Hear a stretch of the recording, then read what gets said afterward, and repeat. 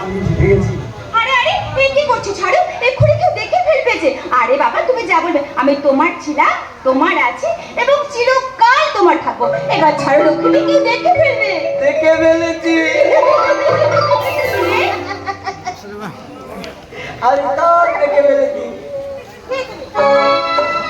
কি লজ্জা, কি লজ্জা।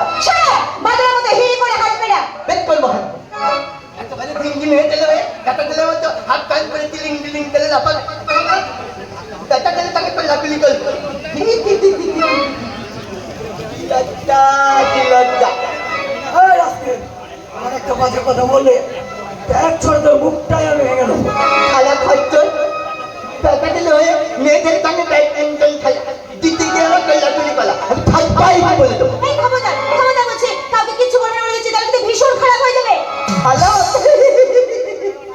ভালো খালা, ভালো খালা তুমি বোঝো মেঘ খায়, ভালো খালা তুমি বোঝো।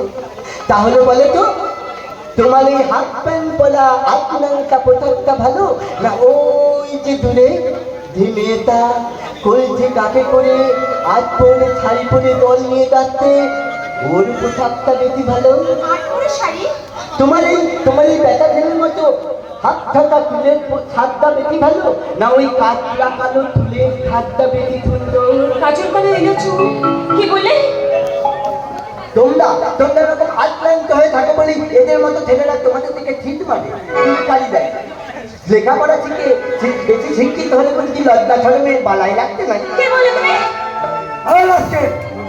তখন থেকে দেখছি তুই বড্ড গেছিস। ও কি তোর ঘরের বউ? আমার বউ এরকম আক্রান্ত হয়ে চলে হবে কেন? আক্রান্ত হয়ে চলে হবে কেন? কি বলে? আমার বউ হবে দেবী প্রতিমার মতো সুন্দর।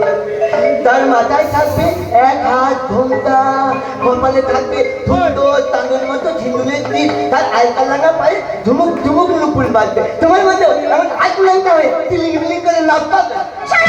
তখন দেখো তোমার অনেক ঐধত্য আমি সহ্য করছি, কিন্তু আর নয়। কাল চল, তুমি ওকে ভালো করে বুঝিয়ে দাও যে বাঁদর কখনো মুক্তোর মর্ম বোঝে না।